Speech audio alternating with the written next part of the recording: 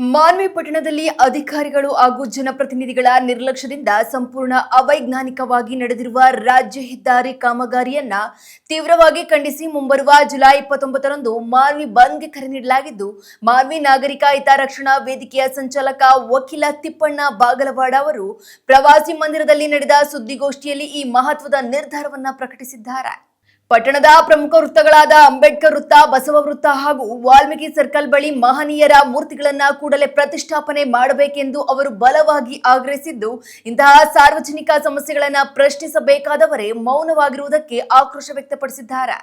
ಆಡಳಿತ ಯಂತ್ರದ ಕಣ್ತೆರೆಸಲು ಹಮ್ಮಿಕೊಂಡಿರುವ ಈ ಹೋರಾಟಕ್ಕೆ ಮಾನ್ವಿ ಪಟ್ಟಣದ ಸಮಸ್ತ ನಾಗರಿಕರು ಬೆಂಬಲಿಸಬೇಕು ಎಂದು ಕೋರಲಾಗಿದ್ದು, ವಿಶೇಷವಾಗಿ ಎಲ್ಲಾ ವ್ಯಾಪಾರಸ್ಥರು ಸ್ವಯಂ ಪ್ರೇರಿತವಾಗಿ ತಮ್ಮ ಅಂಗಡಿ ಮುಂಗಟ್ಟುಗಳನ್ನ ಬಂದ್ ಮಾಡುವ ಮೂಲಕ ಜುಲೈ 29ರಂದು ನಡೆಯುವ ಮಾನ್ವಿ ಬಂದ್ಗೆ ಸಂಪೂರ್ಣ ಸಹಕಾರ ನೀಡಬೇಕೆಂದು ವಕೀಲ ತಿಪ್ಪಣ್ಣ ಬಾಗಲವಾಡ ಅವರು ಕಳಕಳಿಯ ಮನವಿ ಮಾಡಿದ್ದಾರೆ.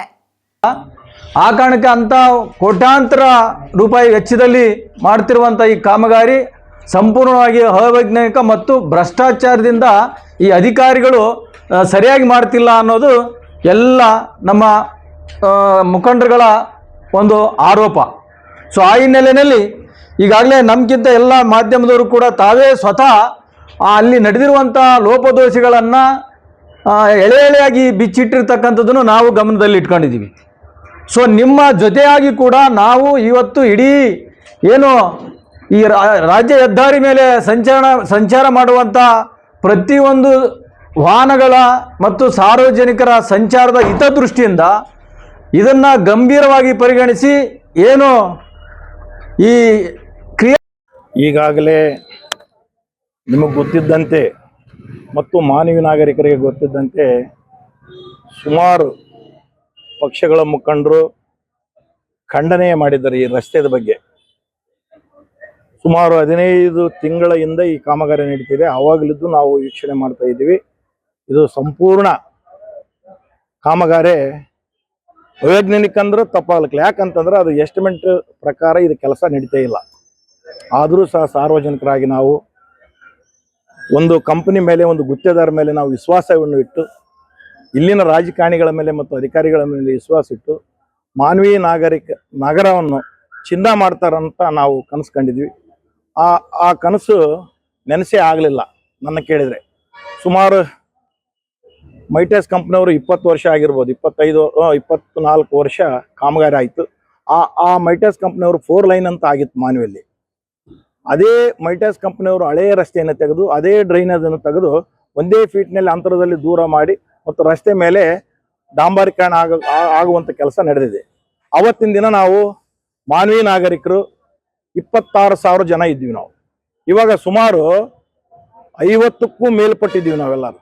50,000ಕ್ಕೂ ಮೇಲ್ಪಟ್ಟು ನಾಗರಿಕರಿದ್ದಾರೆ ಇಲ್ಲಿ. ನಾನು ಅವತ್ತಿದ್ದೂ ಹೇಳ್ತಾ ಇದ್ದೀನಿ, ಇಲ್ಲಿ 1 ಲಕ್ಷ ಜನ ವಹಿವಾಟಿದೆ ಮಾನವೀಯ ರಸ್ತೆ ಮೇಲೆ. ಇವತ್ತು ವಹಿವಾಟಿದ್ದಂಥ ಜಾಗದಲ್ಲಿ ನಾನು ಹೇಳೋದು ಇಷ್ಟೇ, ನಾನು ಕೈ ಮುಗಿದು ಕೇಳ್ಕೊಂತೀನಿ, ರಾಜಕಾರಣಿಗಳು ಹಿರಿಯರಿದ್ದಾರೆ, ಅವ್ರ ವಯಸ್ಸಿನಷ್ಟು ನಾವು ಮೊಮ್ಮಕ್ಕಳಾಗ್ತೀವಿ. ನಿಜವಾಗ್ಲೂ ಇಲ್ಲಿ ಯಾವುದೇ ಒಂದು ವೈಯಕ್ತಿಕ ಇಟ್ಕೊಂಡು ಉದ್ದೇಶ ಇಟ್ಕೊಂಡು ಈ ಕಾಮಗಾರಿಯನ್ನ ಪ್ರಾರಂಭ ಮಾಡಬಾರ್ದು. ಅವ್ರಿಗೆ ನಾವು ಈಗಾಗಲೇ ನಾಗರಿಕರ ಅಧಿಕಾರವನ್ನು ಕೊಟ್ಟುಬಿಟ್ಟಿದ್ದೀವಿ. ಅವರಿಗೆ ಸಂಪೂರ್ಣ ಆಡಳಿತ ಮಾಡ್ರಿ, ನೀವು ಅಭಿವೃದ್ಧಿ ಮಾಡ್ರಿ ಅಂತ ನಾವು ಸಂಪೂರ್ಣ ಅವ್ರಿಗೆ ಹೇಳ್ಬಿಟ್ಟಿದ್ದೀವಿ.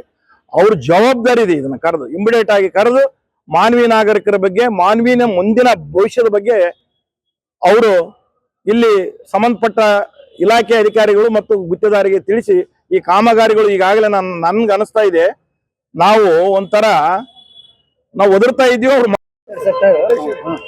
ಸರ್, ಇವತ್ತು ಐದಲ್ಲಿ ಒಂದು ರೀತಿಯಲ್ಲಿ ಪತ್ರಿಕಾಗೋಷ್ಠಿ ಮಾಡಿದ್ರಿ. ಏನ್ ಸರ್ ಸಂಬಂಧ, ಏನ್ ಸರ್ ಚರ್ಚೆ ಮಾನವಿಯಲ್ಲಿ ಸರ್ ಸುಮಾರು 1.5 ವರ್ಷ ಒಳಗಡೆ ಇವರು KRDCLರಿಗೆ ಟೆಂಡರ್ ಕೊಟ್ಟು ವರ್ಕ್ ನಿರ್ಮಾಣ ಮಾಡ್ತಾ ಇದಾರ.